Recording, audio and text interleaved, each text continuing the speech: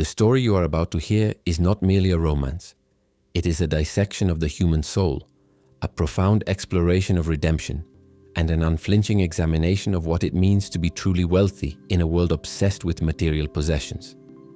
It is the tale of Adrian Blackwood, a man who possessed the keys to the city but couldn't find the door to his own heart until a rejection, sharp, unexpected, and utterly grounded in dignity, shattered his ego and paved the way for a redemption he never knew he needed.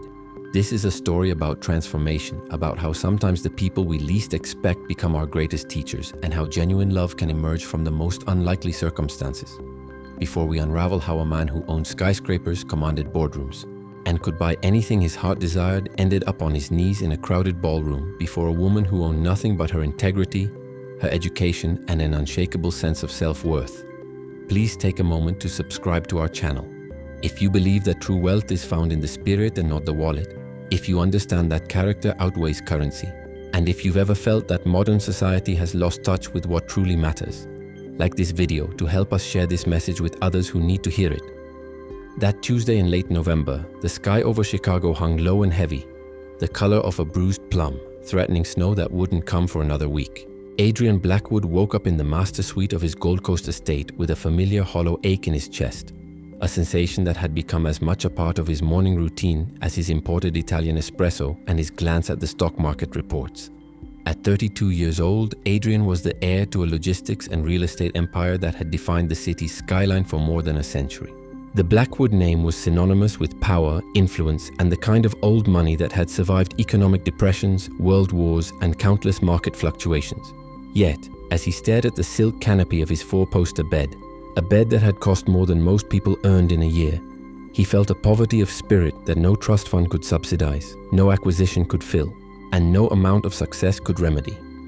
The previous night's gala had been a blur of hollow laughter, champagne that tasted like vinegar despite its $300 price tag, and friends whose loyalty evaporated the moment the music stopped and the open bar closed.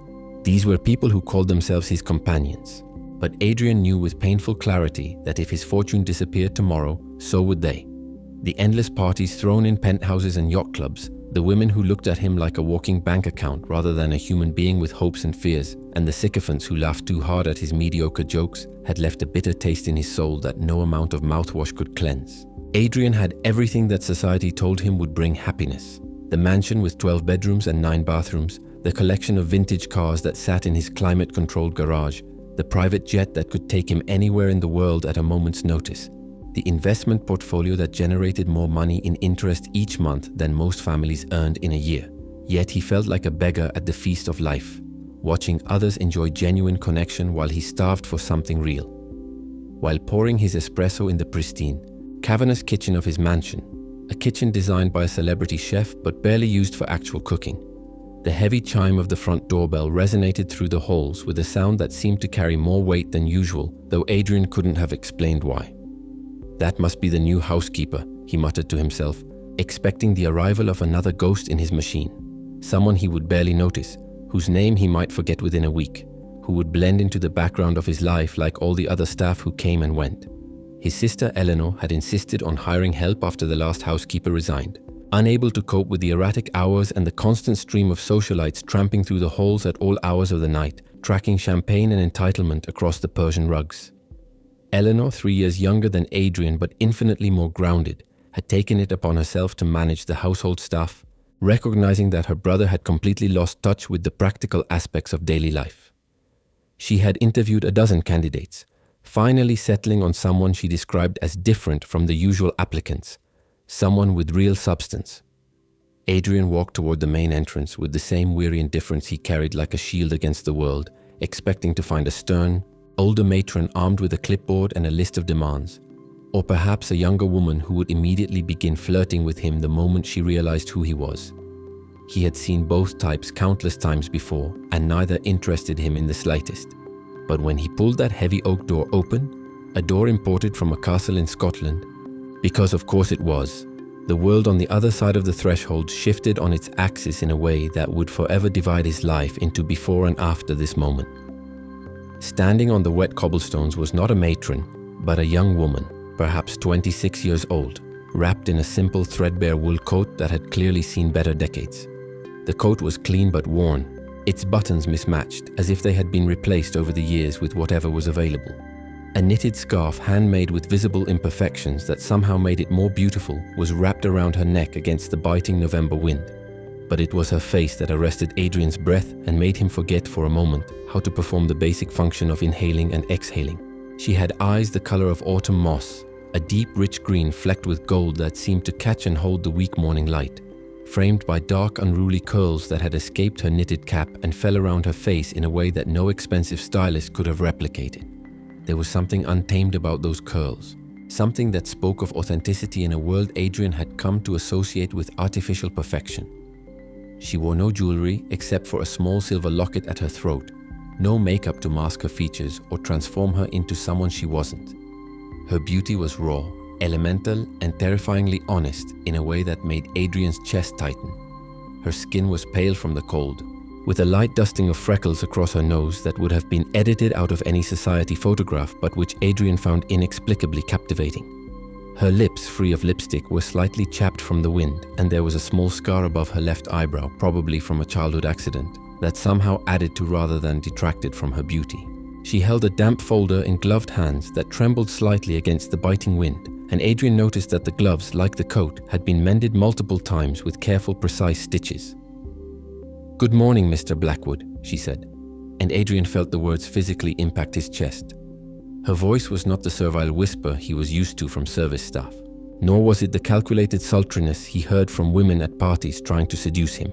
It was a clear, melodic alto that cut through the damp air like a cello, rich, warm, and utterly without pretense. "I'm Elena Russo. The agency sent me." There was no apology in her tone, no deference beyond basic politeness, and certainly no hint of the gold-digging eagerness he had learned to detect in the first 30 seconds of meeting someone new. For the first time in a decade, perhaps for the first time in his entire adult life, Adrian Blackwood felt genuinely interested in meeting someone, not for their net worth or their social connections or what they could do for his reputation, but for the strange, quiet light he saw in those green eyes, which looked at him with a mixture of professional respect and an unyielding determination that suggested she would not be easily impressed or manipulated. There was intelligence in those eyes, and something else, a kind of moral clarity that Adrian had never encountered in his circles, where moral ambiguity was not just accepted, but celebrated as sophistication. "Come in, please," Adrian managed to articulate, stepping aside to let her enter, unable to stop himself from observing every nuance of her movement, the way she carefully wiped her worn boots on the doormat, the way she held her folder protectively against her chest, the way her eyes widened slightly as she took in the opulence of the foyer, but without the greed or calculation he usually saw in people's faces when they entered his home for the first time.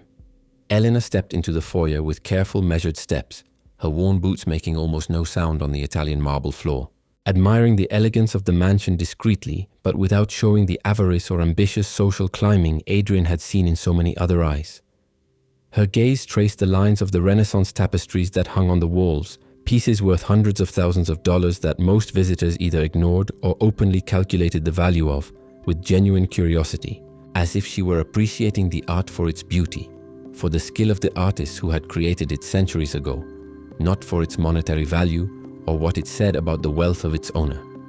She paused before a Caravaggio sketch that Adrian's grandfather had acquired in the 1950s, tilting her head slightly as she studied the play of light and shadow.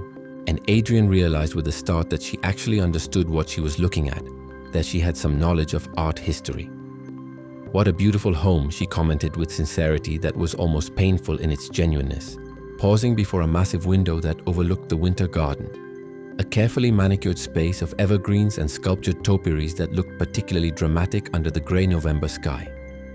"The architecture is remarkable. Is this the original Blackwood mansion, or was it rebuilt?" The question surprised Adrian. Most people who commented on his house either offered generic compliments or immediately asked how much it was worth. Adrian walked until he was standing beside her, close enough that he could catch the scent of her perfume. Subtle, like rain on dry earth and vanilla. Nothing from a designer bottle, probably something inexpensive from a drugstore, and yet it affected him more powerfully than all the heavy chemical fragrances that choked the air at his social gatherings. Fragrances that cost $500 an ounce and announced their presence from across a room. "My sister Eleanor handled the interior design," he responded, trying to maintain a semblance of normalcy while fighting the strange sensation expanding in his chest, something warm and unsettling that he couldn't quite name. The structure itself was built by my great-great-grandfather in 1892, but it's been renovated several times over the decades. The most recent renovation was about 5 years ago. Elena nodded with a smile that transformed her entire face, and Adrian noticed that her joy was completely genuine, devoid of the artifice he had learned to detect in others. The fake enthusiasm, the calculated charm, the performative interest that people displayed when they wanted something from him. Her smile reached her eyes, creating small lines at the corners that spoke of someone who smiled often, who found genuine pleasure in simple things. The way the gray morning light filtered through the window and illuminated her profile created an image that would be burned into the billionaire's mind forever. The curve of her cheek, the small wisps of dark hair escaping from beneath her cap, the earnest expression of appreciation for beauty that had nothing to do with possession. In that singular moment, standing in his foyer with a woman he had known for less than 5 minutes, Adrian knew something fundamental had shifted in his life. Though he couldn't yet comprehend the magnitude of the earthquake that had just occurred beneath his feet, it was as if he had been living his entire life in black and white and had suddenly seen color for the first time. As he explained the responsibilities of the job, the cleaning schedule, the particular way he liked his study organized, the importance of maintaining the rare books in the library, Adrian couldn't focus on his own words. He found himself studying the way Elena listened, with her whole body leaning slightly forward, her eyes focused intently on his face, absorbing instructions about the silver polish and the library archives with a gravity usually reserved for religious texts or matters of life and death. She took mental notes of every detail, occasionally jotting something down in a small notebook she pulled from her coat pocket and asked intelligent questions about the rhythm of the household, when he typically woke up, whether he had allergies to any cleaning products, whether there were any rooms that were off limits, whether he had any particular preferences about the arrangement of his personal spaces. Her questions revealed someone who took her work seriously, who understood that excellence was in the details, and who had professional pride despite the humble nature of the work.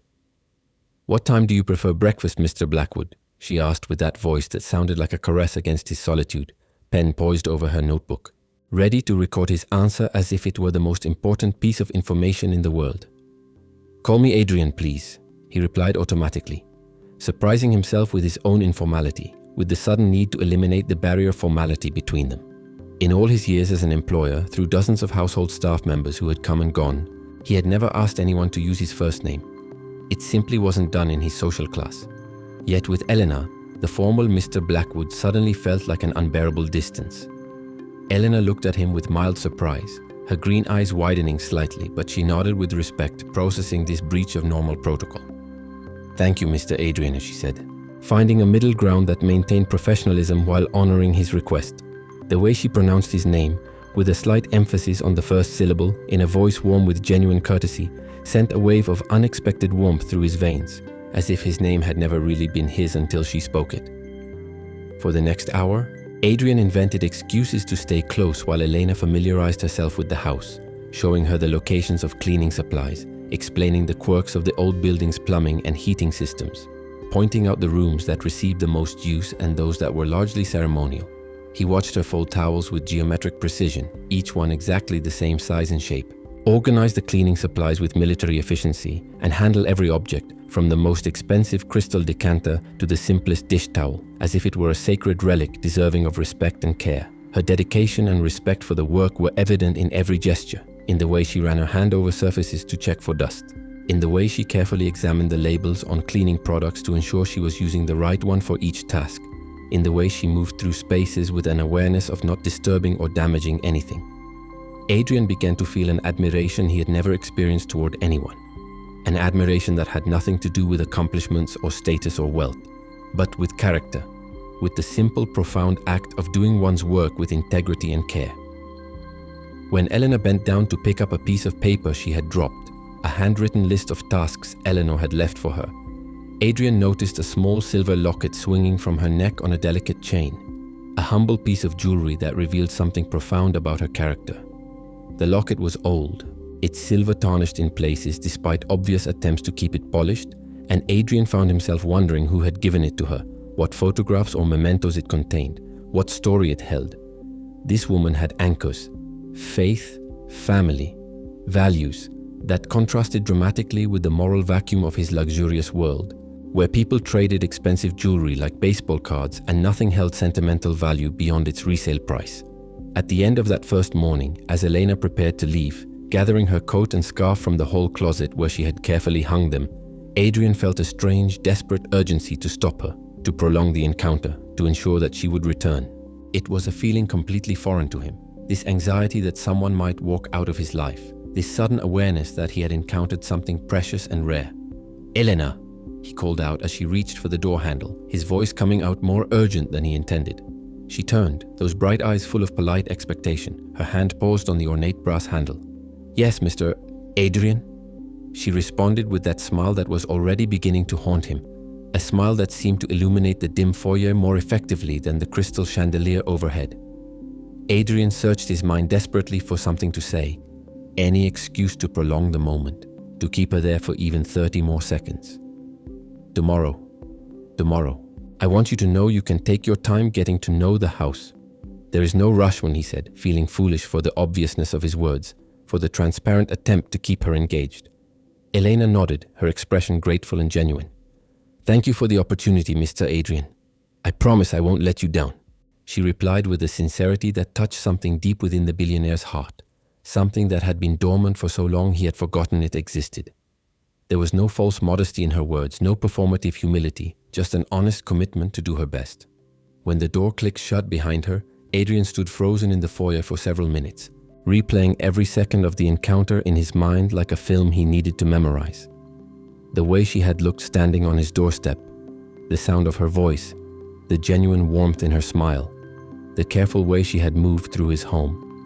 For the first time in his life, he had met a woman who impressed him not by what she had, not by her family connections, her social status, her physical beauty enhanced by expensive cosmetics and designer clothes, her ability to navigate high society, but by who she was, by the essential quality of her character.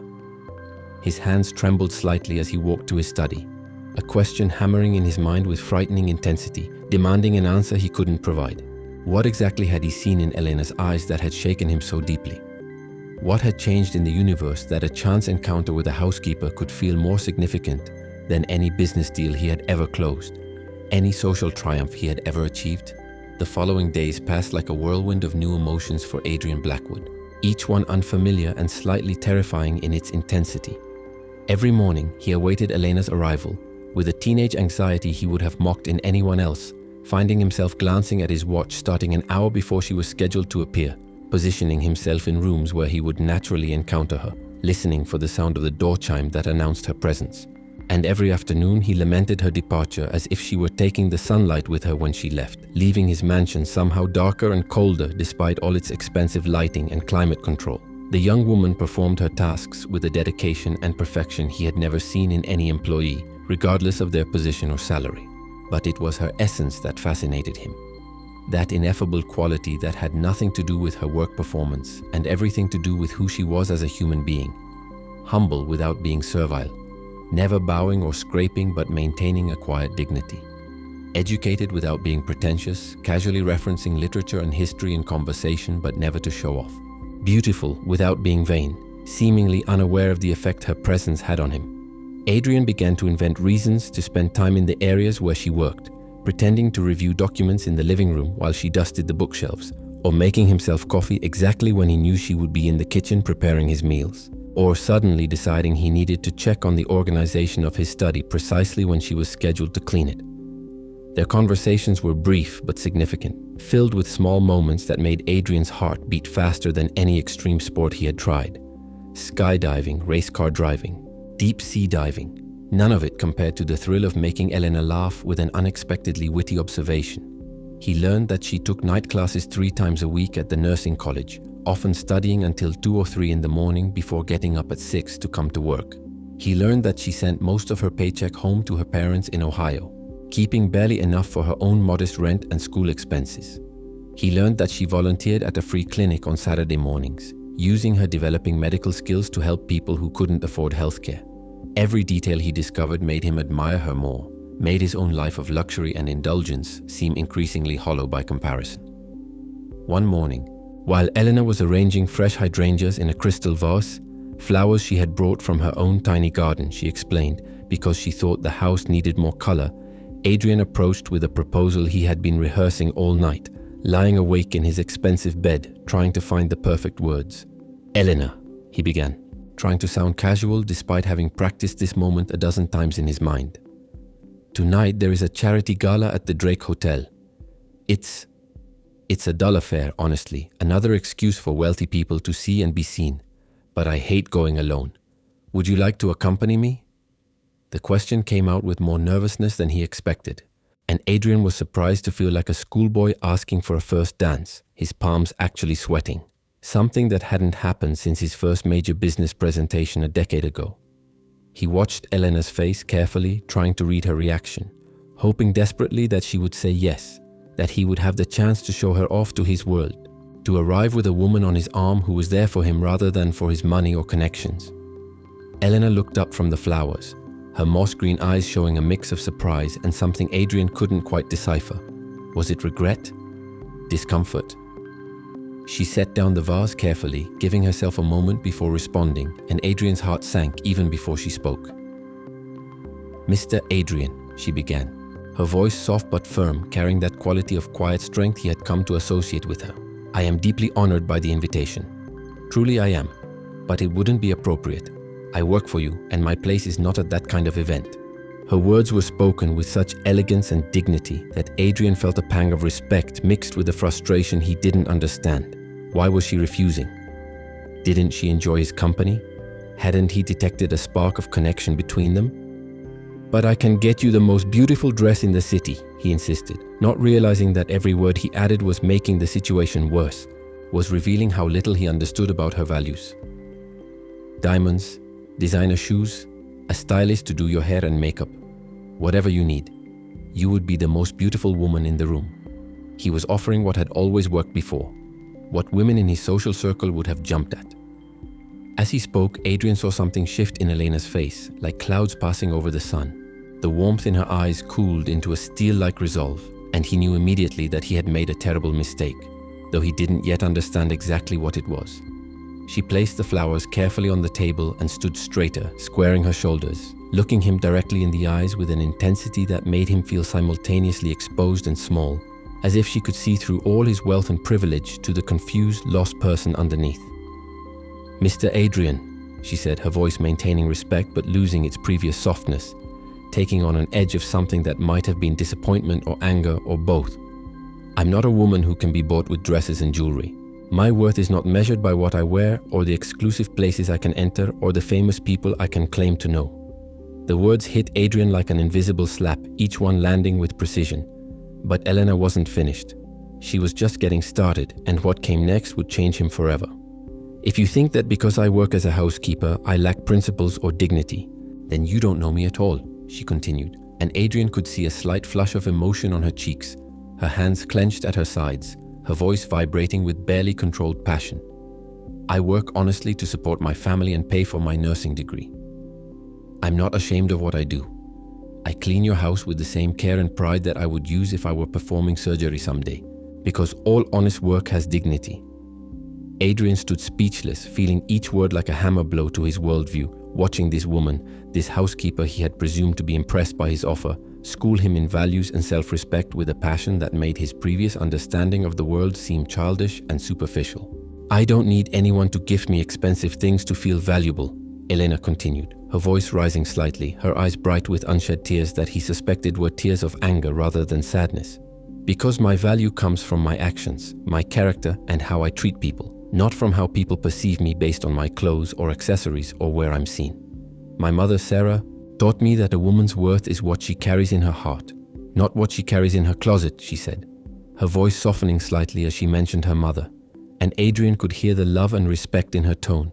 "And my father Elias showed me that true wealth is sleeping peacefully at night, knowing you haven't harmed anyone, knowing you've earned everything you have through honest work." Every word was a life lesson Adrian had never received, lessons his expensive private schools and Ivy League education had somehow completely missed, spoken with a passion that made her voice tremble slightly but never lose its fundamental strength. I respect my work and I respect myself, she continued, her chin raised, her posture radiating a dignity that had nothing to do with designer clothes or expensive jewelry. That is why I ask you, I don't beg, I ask, to treat me with the same dignity and respect you would treat anyone else, regardless of my job title or my bank account or where I come from. The moral force of her words resonated in the silence of the mansion like an echo refusing to fade, filling the expensive, carefully decorated space with a truth that money couldn't buy. For several seconds, Adrian couldn't speak, couldn't think, couldn't do anything but stand there absorbing the magnitude of what had just happened. Never in his life had he been confronted with such elegance and firmness simultaneously, such a perfect blend of grace and strength. The women of his social circle had always competed for his attention, gladly accepting any expensive gift he threw their way, seeing his money as the primary attraction. But Eleanor was fundamentally different, operating from a completely different value system, and that difference struck him like a bolt of lightning in the middle of his artificial life, illuminating how dark and shallow his world had become. Eleanor, I didn't mean to offend you, he finally managed to say, his voice hoarse, feeling that his words were completely inadequate to the moment, like bringing a paper cup to fight a forest fire. I just thought that, he started, but she interrupted him with a gentle gesture of her hand, a gesture that was somehow both dismissive and kind. Mr. Adrian, I understand you are used to a different world, a world where people's affections can be bought, where expensive gifts open doors and create obligations, she said with a sad smile that broke the billionaire's heart more effectively than anger could have. But I hope you understand that not all women are looking for the same things, that some of us value things you can't purchase in a store or order from a catalog. Now, if you'll excuse me, I have work to finish, Elena said with quiet finality. She took the vase of hydrangeas and headed toward the kitchen, her worn boots making soft sounds on the marble floor, leaving Adrian standing in the middle of the room feeling as if he had just woken up from a 30-year coma to discover that everything he thought he knew about life was wrong. His legs felt weak as he walked to his favorite armchair, a piece of furniture that had cost $15,000 and provided no comfort whatsoever in this moment, and collapsed into it.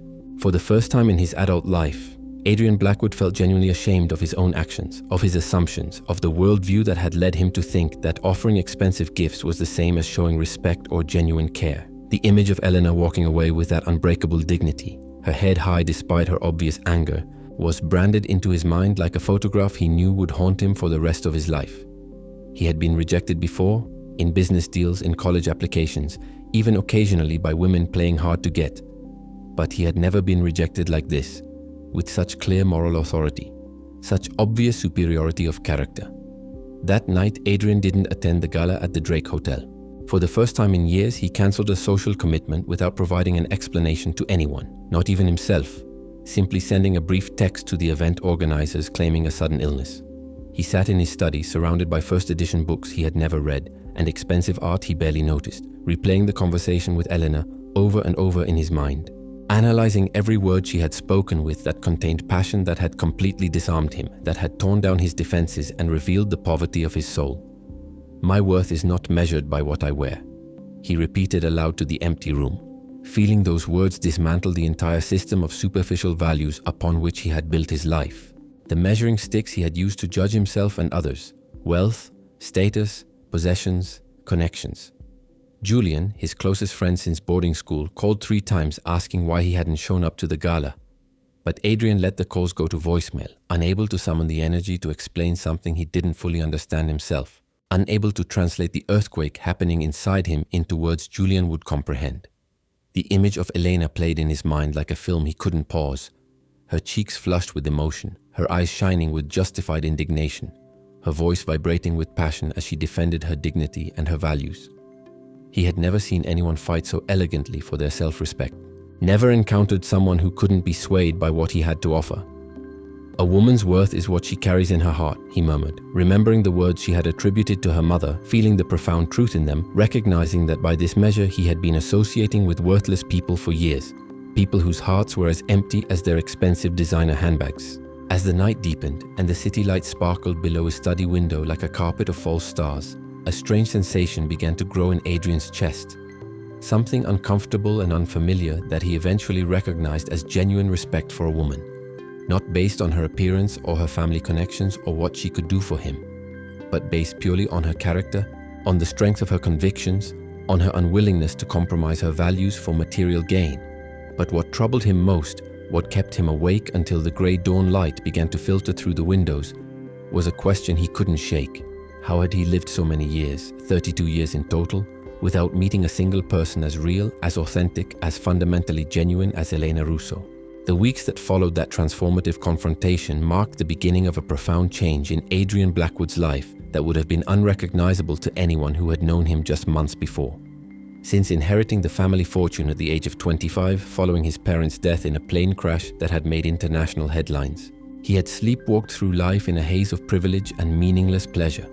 But now he began to question every aspect of his existence with a lucidity that both frightened and thrilled him, as if he was seeing his life from the outside for the first time and not particularly liking what he saw. Elena's words had planted a seed of conscience that grew daily, nourished by every simple but significant gesture she made in the house, every interaction that revealed the depth of her character. Adrian watched, fascinated and humbled, as Elena treated every object with respect, from the most expensive baccarat crystal vase that had belonged to his grandmother to the humblest broom in the utility closet, which she kept scrupulously clean and properly stored. He saw how she smiled genuinely at the elderly gardener, Marcus, who had worked for the Blackwood family for 40 years and whom Adrian had probably spoken to a total of 10 times despite seeing him almost daily. He observed how she asked about the doorman's wife's health, remembering that Mrs. Peterson had been diagnosed with diabetes and following up on how her treatment was progressing, showing a level of attention and genuine care that Adrian had never extended to anyone in his employ. He noticed how she carefully saved leftovers from the meals she prepared, meals that were infinitely better than what his previous chefs had produced, despite her lack of formal culinary training, to take to a needy family in her neighborhood. A family whose father had lost his job and whose children Elena had mentioned were sometimes going to school hungry. Each of these actions was a small blow to the billionaire's sleeping conscience, waking him up gradually but inexorably to the realization that he had lived 32 years in a bubble of unconscious selfishness, surrounded by people who either shared his moral blindness or who were too financially dependent on him to point it out. How is it possible for someone to be so good without expecting anything in return?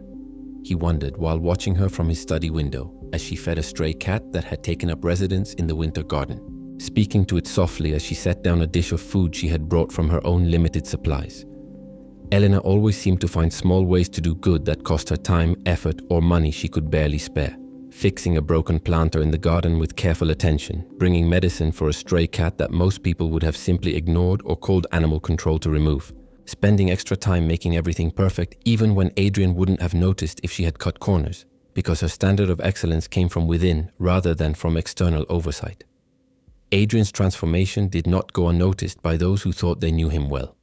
Julian Cambridge, his lifelong friend from boarding school and college, a fellow trust fund heir who had never worked a day in his life, immediately noticed something had shifted when Adrian cancelled one of his famous rooftop parties for the third time in a row. Parties that had been legendary in Chicago social circles for their excess and their exclusivity. "Brother, what is happening to you? You've been acting like a monk for weeks," Julian complained during an unexpected visit, letting himself in with the familiarity of someone who had been coming to the Blackwood mansion since childhood. "The most beautiful women in Chicago have been asking about you, and here you are like a hermit, hiding away as if you've joined a monastery." Adrian listened to Julian's complaints with a mixture of discomfort and a clarity he had never experienced before. Seeing his friend, a man he had considered his closest confidant for 2 decades, with new eyes that weren't particularly impressed by what they saw. For the first time, Julian's words sounded hollow, superficial, void of any real meaning or substance, like a child complaining that his playmate no longer wanted to play the same games. "Maybe I'm tired of that life, Julian," he replied with a sincerity that surprised them both. Surprised Adrian himself because he hadn't fully realized how true it was until he spoke the words aloud. "Maybe there are more important things than parties and women who only want my money and hangers-on who laugh at jokes that aren't funny." Julian looked at him as if he had announced he was joining a cult or donating all his money to charity, with genuine incomprehension mixed with concern. More important than having fun, more important than enjoying everything others wish they had. Julian's questions, which would have seemed reasonable to Adrian just weeks ago, now echoed in his mind with all their absurd emptiness, revealing a philosophy of life that was essentially nihilistic, that saw pleasure as the only good and conscience as an inconvenience to be avoided. "Yes, Julian, there are things much more important." Adrian replied with a firmness that surprised even himself, a conviction that came from somewhere deep inside him that had been dormant his entire life. Things like integrity, like making a positive difference, like treating people with dignity regardless of their bank account, like building something real instead of just consuming what others have built. As Julian left, visibly annoyed by Adrian's new attitude and muttering about interventions and midlife crises, the billionaire headed to the kitchen, where he knew he would find Elena preparing lunch with the same care and attention she brought to everything she did. He found her chopping vegetables with almost artistic precision, each cut perfectly uniform, moving the knife with a practiced economy of motion, humming a soft tune Adrian didn't recognize but which seemed to fill the sterile professional kitchen with a special warmth that had nothing to do with temperature. The kitchen, which had always felt cold and unwelcoming despite its expensive appliances and designer finishes, suddenly felt like the warmest room in the house. "That smells delicious," he commented, approaching carefully so as not to startle her, having learned that she sometimes became so absorbed in her work that she didn't notice his presence until he spoke.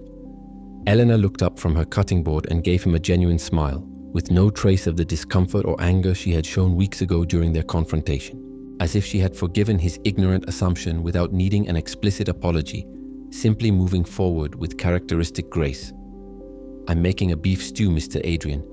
It's my grandmother's recipe," she explained with evident pride, the kind of pride that came from connection to family history rather than personal achievement. She used to say that food made with love feeds the soul as well as the body. The phrase was simple but profound, suggesting a worldview where physical and spiritual nourishment were interconnected. Adrian felt a pang of emotion hearing her speak of her family with such affection, such deep connection to her roots and her history. In his world, family traditions had been replaced by Michelin-star restaurants and private chefs whose food, no matter how technically perfect, somehow always tasted like nothing. He couldn't remember the last time he had eaten something prepared with love rather than professional skill. Couldn't recall a family recipe passed down through generations because his family had always outsourced that kind of intimate domestic work.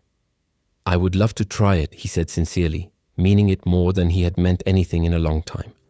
"It's been years since I ate something prepared with such care, with actual thought about nourishing the person who will eat it rather than just impressing them." The words slipped out without his usual filter, revealing a vulnerability he didn't know he possessed, exposing the loneliness and emptiness of his supposedly enviable life. Elena watched him with a softer gaze, as if she had caught something genuine in his words, as if she was seeing past the billionaire exterior to the lost, lonely man underneath. "With pleasure, Mr. Adrian. It is a joy to cook for someone who truly appreciates home cooking, who understands that the value isn't in expensive ingredients or complicated techniques, but in the intention behind the preparation." During lunch, which they ate together in the breakfast nook, a space Adrian rarely used, preferring to eat standing up or not at all, Adrian experienced something entirely new, a real conversation, without pretenses, without hidden agendas, without the constant noise and performance of his superficial social life. Elena told him about her nursing studies, her voice animated as she described the fascinating complexity of human anatomy, the challenge of learning pharmacology, the profound responsibility of potentially holding someone's life in your hands someday. She spoke of her dream of working in pediatrics to help children, especially those from low-income families who often received inadequate medical care, the nights she spent studying after working all day, fueled by coffee and determination. "Don't you ever get tired?" Adrian asked, genuinely impressed by her determination and her ability to maintain this grueling schedule without complaining. "Sometimes, yes," she admitted with a tired but beautiful smile that made his heart ache. "There are nights when I fall asleep over my textbooks, when I wake up with my cheek stuck to a page about cardiovascular systems. But when I think of my parents, of everything they sacrificed to give me this chance, working jobs they hated, doing without things they needed so I could have what I needed for school, never complaining about their own struggles, I find the strength to keep going." Her eyes lit up when she spoke of her parents, Elias and Sarah Russo, with such obvious love and deep respect, and Adrian felt a pang of envy for that deep family connection he had never experienced with his own parents, who had loved him in their distant, formal way, but had never really known him. "My father worked in the steel mills since he was 16 years old," Elena continued, her voice filled with admiration for a man Adrian had never met but was beginning to respect deeply. "Dangerous work, exhausting work, breathing in fumes that probably took years off his life. And my mom worked in a school cafeteria, serving food to other people's children, coming home smelling like industrial cleaner and cafeteria grease. They never had the chance to go to college themselves, never had anyone to help them the way they helped me. But they always told me that education is the only true inheritance they can leave me, the one thing that can never be taken away. As he listened, Adrian realized he was encountering a completely different way of life, where love and sacrifice had tangible, real meanings rather than being abstract concepts people mentioned in wedding vows and eulogies. For the first time in years, he felt small before the moral greatness of another person. But instead of the resentment or defensiveness he might have expected, he felt a deep admiration that filled him with an unknown warmth, like sunlight reaching a place that had been in darkness for too long. That night, lying in his expensive bed that suddenly felt too large and too empty, Adrian couldn't sleep. Eleanor's words danced in his mind like melodies refusing to fade, like truths demanding to be acknowledged. "Education is the only true inheritance," he repeated to the darkness, feeling how those words contrasted painfully with his own inheritance of easy money and unearned privilege, wealth that had simply appeared in his life without any effort or sacrifice on his part. He got up and walked to the floor-to-ceiling window, watching the city lights stretching to the horizon like a glittering carpet of possibility and loneliness. For the first time, he didn't see just a playground for his amusement, a city full of restaurants and clubs and stores where he could spend money without thinking. Instead, he saw a place filled with people like Elena's parents, people working day after day at difficult, unglamorous jobs to build something meaningful for their families. People who had never owned anything expensive but who possessed something infinitely more valuable. "What have I built with all my fortune?" he asked aloud to his reflection in the window, and the answer hit him like a cold wave of undeniable truth. Absolutely nothing of value. He hadn't created anything, hadn't helped anyone in any meaningful way, hadn't left a positive mark on the world despite having the resources to make an enormous difference. His work consisted of attending board meetings where others made the real decisions, signing papers that lawyers had prepared, and collecting dividends from companies he barely understood. But amidst the melancholy of this recognition, he felt something unexpected. Hope. Hope that it wasn't too late to change, that he could still become someone worthy of Elena's respect, that his life could still develop meaning and purpose. And at the center of that hope, like a lighthouse in the dark guiding him toward shore, was the image of Elena. Her dignity, her determination, her refusal to compromise her values, her capacity for love and sacrifice. But Adrian didn't know that very soon he would discover something about Elena that would forever change his perspective on what sacrifice truly meant, that would test everything he thought he had learned, and that would force him to prove whether his transformation was real or merely a passing infatuation with an idea rather than a genuine change of character. Das, Block 4. The test of true character.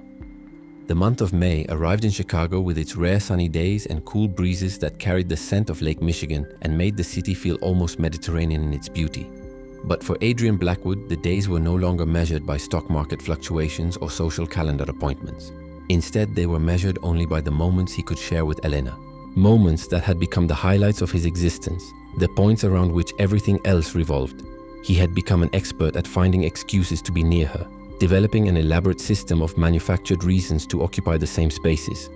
He would suddenly need to check the mail just as she organized the foyer, creating detailed explanations for why he needed to personally inspect the day's correspondence rather than having it delivered to his office as usual. He would become inexplicably thirsty precisely when she was in the kitchen, requiring multiple glasses of water throughout the day. He would pretend to take important business calls while she cleaned his study, pacing back and forth and speaking in vague corporate jargon to empty voicemail boxes while actually observing her every movement. The charade was probably obvious to Eleanor, who had started giving him knowing looks but mercifully hadn't commented directly. Elena had noticed this new closeness but interpreted it as professional trust, as the natural evolution of an employer-employee relationship where boundaries relax slightly over time, never suspecting the feelings boiling in the billionaire's heart with increasing intensity. During these weeks, Adrian had learned to read Elena's subtle expressions with the dedication of a scholar studying ancient texts. He knew when she was worried about an exam. Her forehead would crease slightly and she would bite her lower lip while working. He knew when she was tired. Her movements would slow fractionally and she would sometimes close her eyes for a few seconds while standing still, gathering her strength. He knew when she had good news. Her humming would become more animated and her smile would appear more frequently and spontaneously. But this particular morning in early May, Adrian noticed something different in her demeanor. There was a mix of excitement and melancholy in her movements, as if she were carrying good news and bad news simultaneously, joy and sorrow occupying the same space in her heart. While she organized the books in the main library, carefully dusting each spine and reorganizing them according to a system Adrian had never bothered to understand, Adrian approached with 2 cups of coffee, a habit he had developed over the past month and which Elena had begun to accept with a warm smile that made his heart race. "Good morning, Elena," Adrian greeted, offering the cup, prepared exactly how she liked it, with a small amount of cream and no sugar, details he had memorized with the same attention businessmen devoted to important clients. "Good morning, Mr. Adrian. Thank you," she replied, accepting the cup with both hands, but her smile had a touch of sadness that immediately concerned him. "Is everything okay? You seem different today," he dared to ask, setting his own cup on a nearby table and giving her his full attention. Eleanor took a sip and sighed, a deep exhalation that seemed to carry the weight of difficult choices. "Well, yesterday I received the invitations for the nursing college graduation ceremony," she said, her voice carrying mixed emotions. Adrian felt immediate joy surging through him. She had done it, completed her degree despite all the obstacles, all the late nights and early mornings, all the juggling of work and school. "That's wonderful, Eleanor, that's absolutely incredible," he exclaimed with genuine enthusiasm. "You must be thrilled. After everything you've worked for, all those nights studying, all the sacrifices you've made." Eleanor's face lit up momentarily, her eyes shining with pride and achievement, but then the shadow returned, dimming her expression like a cloud passing over the sun. "Yes, I am happy. Very happy. It's been such a long journey, and there were times I wasn't sure I would make it," she admitted. "But it's about the graduation ball. There's a formal celebration 2 days after the ceremony." She paused, looking down at her coffee. "I've always dreamed of going. Since I started this degree 4 years ago, I imagined that moment, wearing a beautiful dress, dancing with my classmates, celebrating the end of the struggle and the beginning of a new chapter." Her eyes watered slightly, and Adrian felt his chest constrict seeing her fighting back tears. "But I won't be able to go. The ticket alone is $500, and a dress appropriate for the event would cost at least another $300 or $400. I have more important plans for my savings, more necessary uses for that money." Adrian felt indignation rising in him. How was it possible that someone who had worked so hard, who had sacrificed so much, couldn't celebrate her achievement? "More important?" he asked softly, trying to understand, trying not to immediately offer to pay for everything and repeat his previous mistake. Elena smiled with a heartbreaking mix of sadness and resolve that made her simultaneously beautiful and tragic. "My parents' house in Ohio? The roof was damaged in the last storm we had about 3 weeks ago," she explained, her voice steady despite the obvious pain of the choice she was making. "Fixing it cost exactly what the ball would cost, around $900 for materials and labor. My mom called me worried about the leaks, about water dripping into the living room and bedroom whenever it rains. How can I buy a dress and dance at a party when my parents might be getting wet in their own home, when their furniture and belongings might be damaged?" The way she said it, choosing her family's welfare over her own dream without hesitation, without even seeming to consider it a difficult decision, made Adrian's breath catch in his throat. This wasn't martyrdom or performance. It was simply how she operated, the natural expression of her values. "They sacrificed everything for me," Elena continued, her voice thick with emotion. "Working double shifts when I needed books for school, skipping meals so I could have lunch money, wearing the same clothes for years so I could have what I needed. My dad's hands are scarred from 40 years of steel mill work, and my mom's knees are damaged from standing on cafeteria floors. The least I can do is ensure they are safe and comfortable in their old age." In that moment, Adrian understood he was witnessing true human greatness, not the fake philanthropy of his social circle where wealthy people donated publicly for tax write-offs and social credit, but genuine sacrifice that cost something real, that involved giving up something deeply desired for someone else's welfare. "Eleanor," he said, his voice hoarse with emotion he couldn't quite name, "you are the most admirable person I have ever met." She looked surprised, as if the observation was strange rather than obvious. "There is nothing admirable about doing what a daughter should do, what any decent child would do for their parents," she replied simply. "No, Eleanor. Most people I know would put their desires first without a second thought," Adrian insisted, thinking of everyone in his social circle who wouldn't dream of sacrificing anything for anyone. Most people would find a way to justify buying the dress, would convince themselves they deserved it. You have a noble heart, a rare and beautiful character." Her cheeks flushed pink at the compliment, and she looked down at her coffee. "Thank you, Mr. Adrian. That's very kind of you to say. When is the graduation ceremony?" he asked, a plan already forming in his mind, wheels turning as he considered how to help without offending her dignity or repeating his previous mistakes. "In 2 weeks on May 20th. The ball is 2 days later on the 22nd, she replied. Adrian nodded, storing the details carefully, already mentally reviewing his schedule and considering possibilities. "I'm sure the ceremony itself will be beautiful and meaningful, with or without the ball afterward," he said, trying to sound casual while his mind raced with ideas.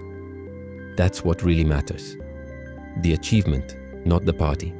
But Adrian didn't know that the past he thought he had left behind was about to return in the most toxic form possible, threatening to destroy the fragile new connection he had built with Elena.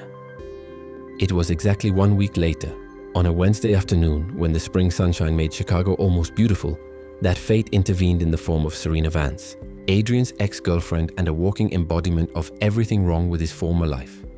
Adrian was in his study reviewing some paperwork when he heard the doorbell ring with an insistent, demanding rhythm that immediately set his teeth on edge. Before he could respond, he heard the click of expensive heels on the marble foyer floor and a voice that made his blood run cold. "Adrian, darling, I knew you were missing me. It's been far too long since we've seen each other." The voice was unmistakable, shrill, artificially sweet, dripping with an arrogance that came from never being told no, never facing real consequences for bad behavior. Serena Vance had been a toxic chapter in his life that had mercifully ended 6 months ago. A relationship fueled entirely by mutual boredom, social expectation, and habit rather than any genuine affection. They had dated for 2 years without ever having a real conversation, attending parties and being photographed together while barely knowing each other beyond the surface level. Adrian walked out of his study to find a scene that turned his stomach and made him immediately furious. Serena stood in his foyer as if she owned the place, wearing a coat that probably cost more than a used car. Some designer piece with fur trim and elaborate detailing that screamed, "Look at how much money I have." Her makeup was flawless and artificial, her hair styled in that particular way that required 3 hours and several $100s at exclusive salons. She embodied everything he had come to despise about his social class.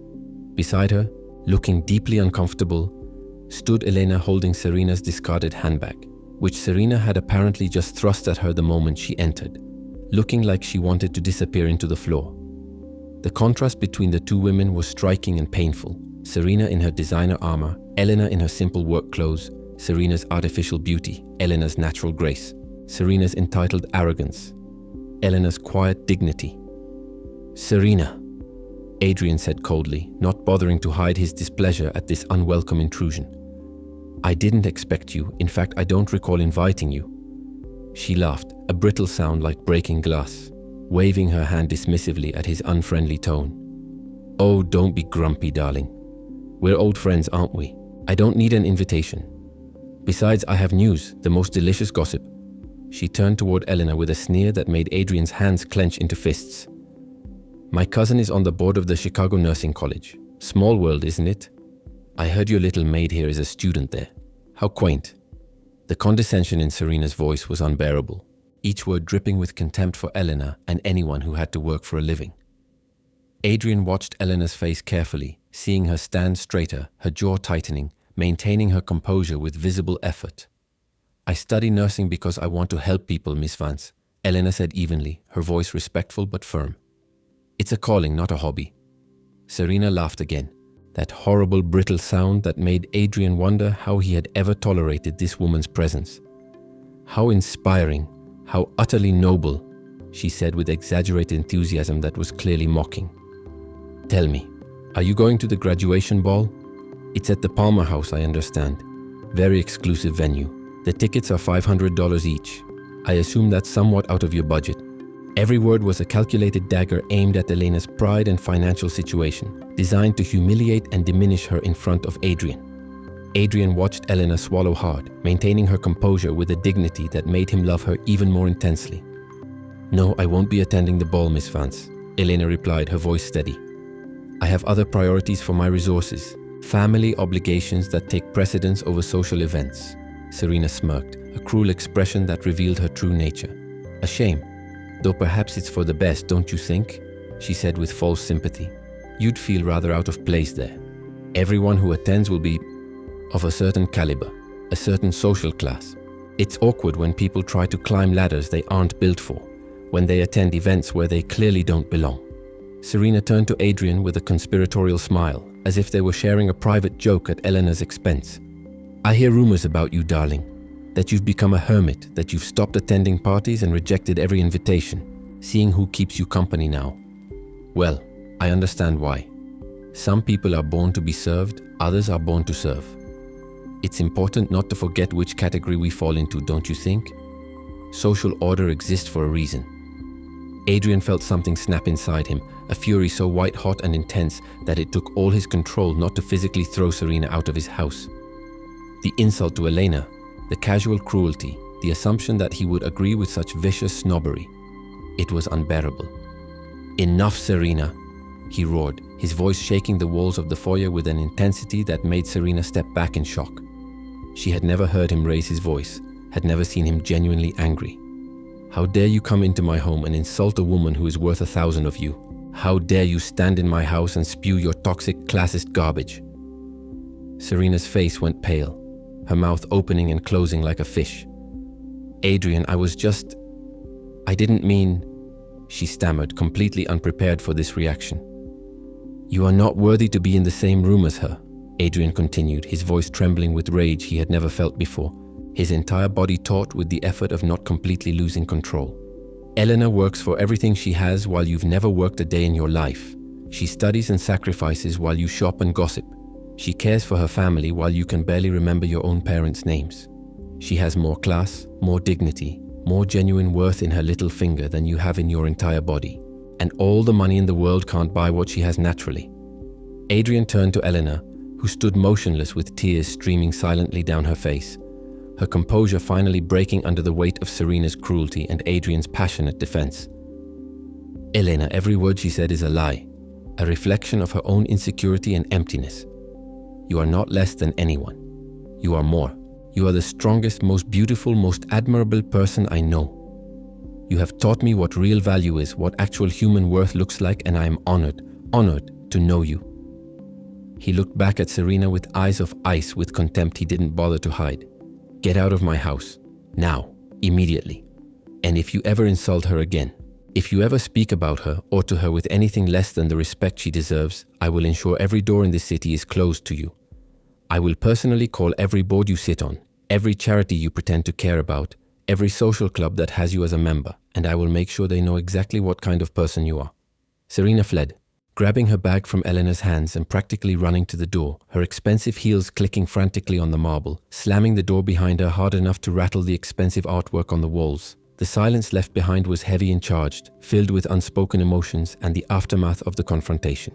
Eleanor stood still, tears continuing to stream down her face, her hands trembling slightly at her sides. Mr. Adrian, she whispered, her voice breaking, no one has ever defended me like that. No one has ever stood up for me that way, has ever made me feel so valued. Don't thank me for treating you the way you deserve to be treated, Adrian said, stepping closer to her, close enough to see the golden flecks in her green eyes, close enough to smell that subtle vanilla scent she always carried. Thank yourself for showing me the truth, for opening my eyes to what actually matters in life. You risked everything just now, she said, looking at him with new eyes, with dawning understanding of what his defense had meant. Your friendship with her, your social standing, your reputation in those circles. I risked nothing that mattered, he replied, stepping even closer, so close he could feel the warmth radiating from her, could see her pulse beating in her throat. Compared to what I feel when I'm near you, compared to the peace I find in your smile, the way your presence makes this cold house feel like a home. None of that matters. None of that has ever mattered. But I was too blind to see it before you opened my eyes. The air between them was electric, charged with possibility and longing. Mr. Adrian, she murmured, her voice intimate and trembling, I have felt it too. I've tried not to, tried to tell myself it was inappropriate, that we come from different worlds, but I can't deny it anymore. They stood so close, on the precipice of a kiss that would change everything, their faces inches apart, both barely breathing, when Eleanor, Adrian's sister, burst down the stairs with terrible timing. Adrian, What was all that shouting? I heard you from upstairs and it sounded like you were about to commit violence, Eleanor called out, appearing in the foyer with concerned curiosity. The moment broke like a soap bubble, fragile and irretrievable. Elena retreated several steps, wiping her face with her hands, trying to compose herself, the emotional connection disrupted by the interruption. "Excuse me," she said quietly, fleeing to the kitchen, leaving Adrian standing there feeling like he had just lost something precious. But Adrian knew what he had to do, knew that the time had come to prove whether his transformation was real or just empty words. Block 5, the redemption and the victory of true love. The next few days were a blur of tension and hope, of planning and doubt, as Adrian worked on a grand gesture that he prayed would express everything in his heart without trampling on Elena's dignity. He had learned from his previous mistake. You couldn't buy Elena's affection or appreciation. Any gift, any gesture had to honor her values rather than contradict them, had to respect who she was rather than trying to change her. But 3 days before the graduation ceremony, Adrian made a decision that nearly destroyed everything he had been building. "I have to go to New York for urgent business," he announced to Elena one morning, the lie tasting like ash in his mouth. "I won't be back until after the weekend, probably Monday or Tuesday." The words were carefully calculated to make her think he would miss her graduation, that he didn't care enough to prioritize it. Elena's face fell so dramatically that Adrian almost broke down and told her the truth right there. "After the weekend? But my graduation is on Saturday," she said softly, her voice hollow with disappointment and something that looked painfully like betrayal. "I'm sorry, Elena. It's unavoidable." He lied again, hating himself with every word, seeing the light die in her eyes and knowing he was the one extinguishing it. "Business waits for no one, and this is a deal I've been working on for months." He saw her process this, saw her rebuild the walls he had been slowly dismantling, saw her retreat back into professional distance. "I understand, Mr. Adrian," she said, her voice carefully neutral, all warmth drained from it. "Of course your business takes priority. It was presumptuous of me to think... Well, never mind what I thought. Safe travels." Adrian left the next morning with a suitcase, playing the part of the busy businessman heading to the airport, while Eleanor watched from the kitchen window with an expression that broke his heart. But he didn't go to New York. Instead, he went into hiding at Julian's rarely used condo downtown, executing his master plan with military precision. For Eleanor, the next 3 days were pure agony, worse than any physical pain she had ever experienced.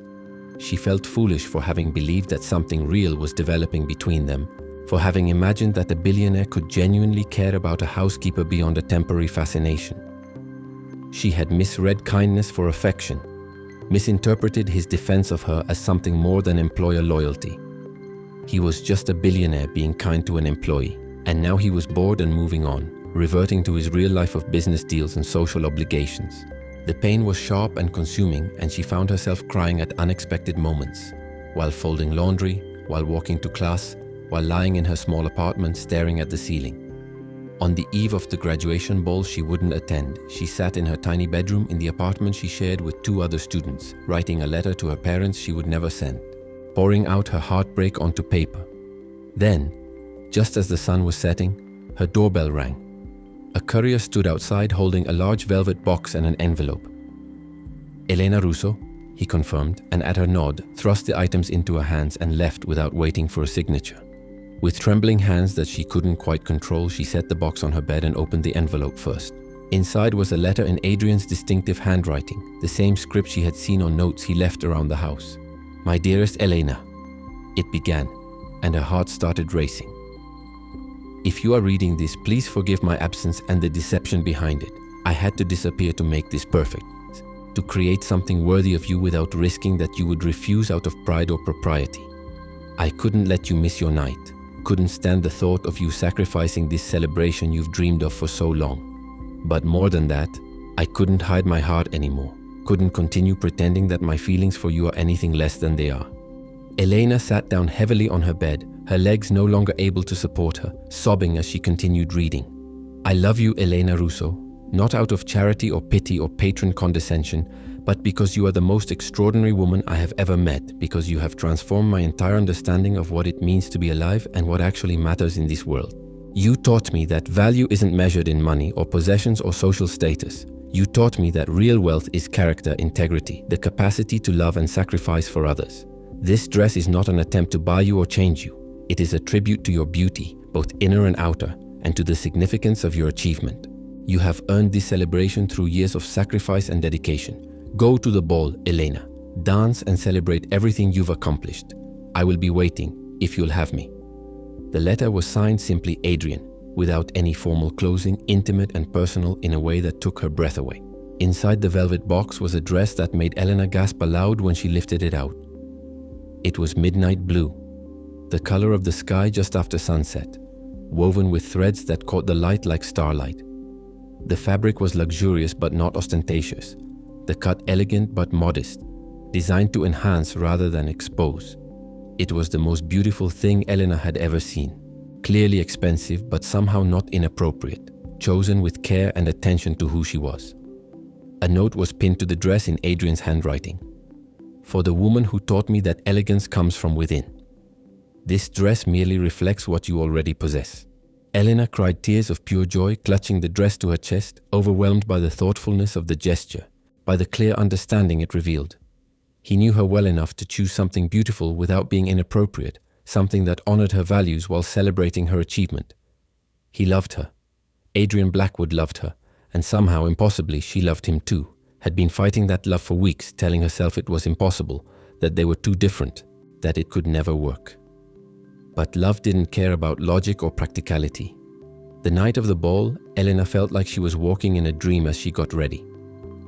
Her roommates helped her with her hair and makeup, styling her dark curls in a sophisticated updo with a few tendrils framing her face, applying minimal makeup that enhanced her natural beauty without masking it. When she slipped into the midnight blue dress, she barely recognized herself in the mirror. Not because she looked different, but because she looked like the best version of herself, confident and beautiful, and deserving of celebration. When she arrived at the Palmer House ballroom, the space was transformed into a sea of gold and crystal, with hundreds of her fellow nursing students and their families celebrating the culmination of years of hard work. Her friends Sarah and Michelle gasped when they saw her. "Elena, you look absolutely magical," Sarah whispered, hugging her tightly. "Where did you get that dress? It's stunning." But Elena only had eyes for the doorway, scanning the crowd for one face, hoping desperately that Adrian would be there, that his letter had meant he would come. An hour passed with no sign of him. Doubt began to creep in like a cold fog, chilling her earlier joy. Had she misunderstood the letter? Maybe he had just sent the dress and didn't actually plan to attend. Around her, people danced and laughed, celebrating the end of one chapter and the beginning of another. But Elena felt increasingly isolated, increasingly foolish. Serena Vance was there. Apparently her cousin on the board had gotten her an invitation, mocking Elena from across the room. "Look at Cinderella in her fairy tale dress," Serena laughed loudly enough for Elena to hear. "I wonder if she'll turn into a pumpkin at midnight." Elena felt herself shrinking, the old insecurities flooding back. Was it all a joke? Some elaborate prank? Then, just as she was considering leaving, the music stopped abruptly. Complete silence fell over the ballroom as hundreds of conversations died simultaneously. At the main entrance to the ballroom, Adrian Blackwood appeared, and every eye in the room turned to stare. He wore a classic black tuxedo that fit him perfectly, his dark hair slightly tousled, as if he had been running his hands through it nervously. But what struck Elena most was his expression. Determined, nervous, vulnerable, in a way she had never seen him before. He walked straight through the crowd, ignoring the whispers that erupted in his wake, ignoring the shocked faces of people who recognized Chicago's most eligible bachelor, walking with single-minded purpose toward Elena, who sat frozen at a table near the dance floor, unable to believe what she was seeing. He reached her and offered his hand, his eyes locked on hers with an intensity that made the rest of the room disappear. "May I?" he asked simply, and Elena took his hand without hesitation, without thought, letting him pull her gently to her feet. He led her to the center of the dance floor, and then instead of beginning to dance, he took the microphone from the surprise band leader, tapping it gently to ensure it was on. The room was so silent you could have heard a pin drop. "Good evening, everyone," Adrian said, his voice steady despite the enormity of what he was about to do. "My name is Adrian Blackwood. Tonight, I am here for one reason and one reason only." He turned to look directly at Elena, his eyes shining with emotion. "To declare my love for the most incredible woman in the world, in front of everyone, publicly and without reservation. The crowd gasped, a collective inhalation of shock. Several people immediately pulled out their phones, recognizing that they were witnessing something extraordinary. Elena Russo, Adrian said, holding her gaze, speaking only to her despite the hundreds of people watching. Before you came into my life, I was empty. Wealthy, but poor.